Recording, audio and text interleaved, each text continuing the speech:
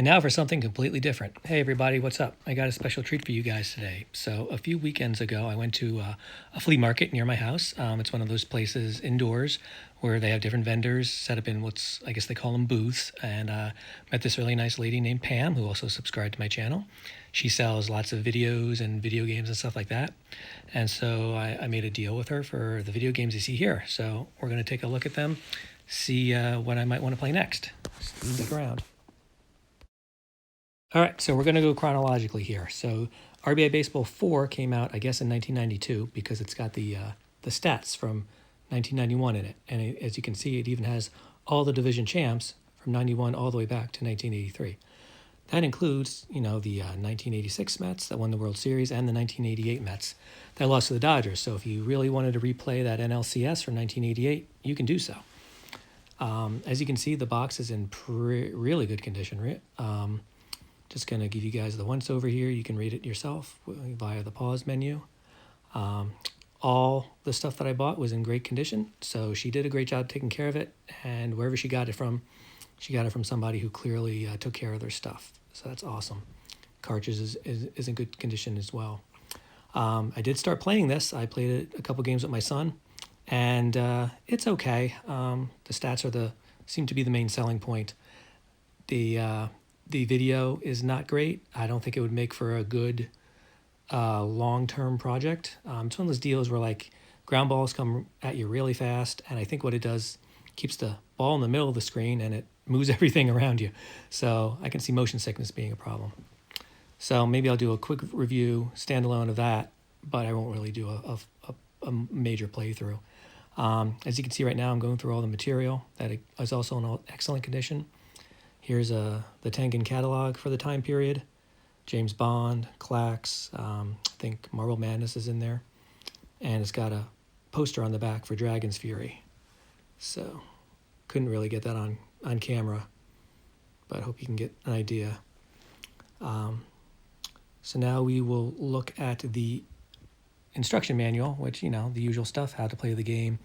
They tell you where the stats came from, which is really nice, and it's got all the stats. So the 1991 stats, I'll show you the Mets and the Yankees, and they've got, like I said, the division winners from about 8 years prior, and it's got some all-star teams too. So we're gonna go first to the Mets as they existed in 91. So we got guys like Vince Coleman, Greg Jeffries, Kevin McReynolds, Howard Johnson, Hubie Brooks, Mackie Sasser, Kevin Elster, so on and so forth. I didn't realize Vince Coleman was on the 91 Mets, but maybe they put him there early for 92. Throw the Yankees up here because people like the Yankees for some strange reason. It's always nice to see how the Yankees have evolved over the years. This is some sort of all-star teams that I don't know if this is the official one or the ones that Tengen just put together. You can see the players who they thought were really good back then, and now we get into, I believe, the division winners. Yes, 83 through 90 division winners. So they go reverse chronological order. So our first stop will be the 1988 Mets, right? Yeah, 1988, the team that lost to the Dodgers, and then the 1986 Mets, the team that beat the Boston Red Sox for the World Series.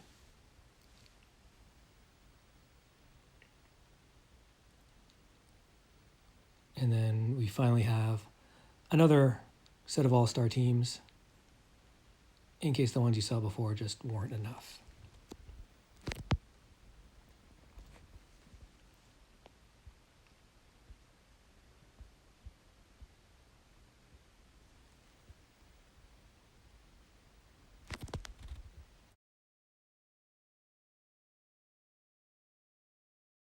All right, next up chronologically, with the 1993 stats is EA Sports MLBPA Baseball. So this would be, I guess there wasn't any game that has the 1992 stats in it, which would be interesting to play the Mets as they played in 1992, which is crummy. So we're 1993 now with EA. Here's the box. Again, it's in very good condition. The cartridge is in very good condition. Haven't actually played this one yet. I'll assume it works. EA, I guess, has that little yellow thing to the side to maybe make their stuff look different than regular Genesis cartridges. And here is the owner's manual, just an instruction manual, no poster or anything this time. Usual stuff, how to play. It's got the stats, but just from the 1993 season. No All-Stars, no previous division winners. So I'm curious to see how this plays. It looks like it's a very similar control scheme to Sports Talk 92. You know, see hits and pitches and throws the ball around the bases and yada yada yada. So I'm curious to play that. Maybe I'll play it alongside the next one up, which is the World Series Baseball. Here's what the Mets looked like. Dwight Gooden, Brett Saberhagen pitching, Vince Coleman, Ryan Thompson. Eddie Murray, Bobby Bonilla was still there. We got Jeff Kent when we traded David Cohn away. And then he went on to do bigger and better things in San Francisco. So here's the one you've all probably been waiting for. I've gotten some comments that you guys really want me to do World Series Baseball next. So here it is. 1993 stats. The next in line after Sports Talk 92. There was no Sports Talk 93 with the 1992 stats. So this is it. Again, very nice packaging. There's John Olerud when he was still on the Blue Jays. Cartridge is in great condition. Haven't actually played this one yet either. They seem to have totally revamped the control scheme, and I didn't want to get used to a different control scheme since I'm still playing Sports Talk 92. It's not, C doesn't swing the bat anymore. I think it's A, and so on and so forth. So this one came pretty complete, as you can see. Got another one of those mail-in cards, this time for the Sega Visions magazine. And we also have a catalog. There's our friend Sonic. And, oops, upside down. Turn it around here. And like the Tengen one, we got a poster on the back, which I will get to in a minute. The good old Sega CD. Eternal Champions, which was a semi-decent fighting game from what I've been able to gather, reading reviews and watching other people's YouTube videos.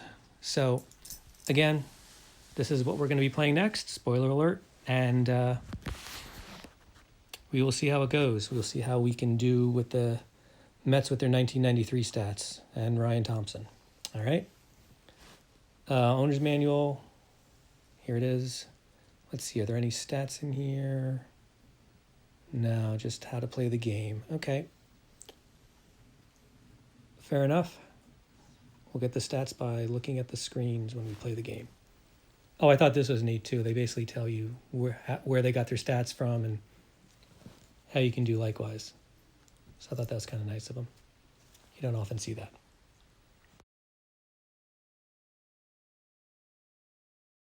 Last and sadly least was Frank Thomas Big Hurt Baseball with the 1995 stats. Did play this, played it with my son.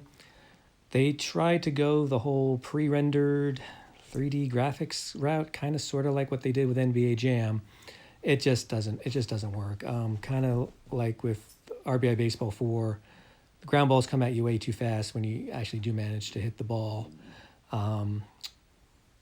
Pitching was weird. Instead of using the D-pad to kind of control where the pitch went, they divide the plate into regions and assign them the A, B, and C buttons. So if you want, you have to hit A, B, or C, and then you use A, B, and C to say how fast you want it to go. And it's all menu driven, which is weird, I feel. Won't be playing too much of this. I'll do a little quasi review just to maybe show you guys what I experienced and why it doesn't rate a full playthrough. And that about wraps it up. So what did you guys think? Would you like to see more videos like this? Let me know in the comments. I will get back to playing Sports Talk 92. I think I still owe the Reds a revenge game. Of course, I still owe the Yankees a revenge game. And then we will finally get to World Series Baseball. All right, thanks for watching. Remember to hit like and subscribe, and I'll see you soon. Bye now.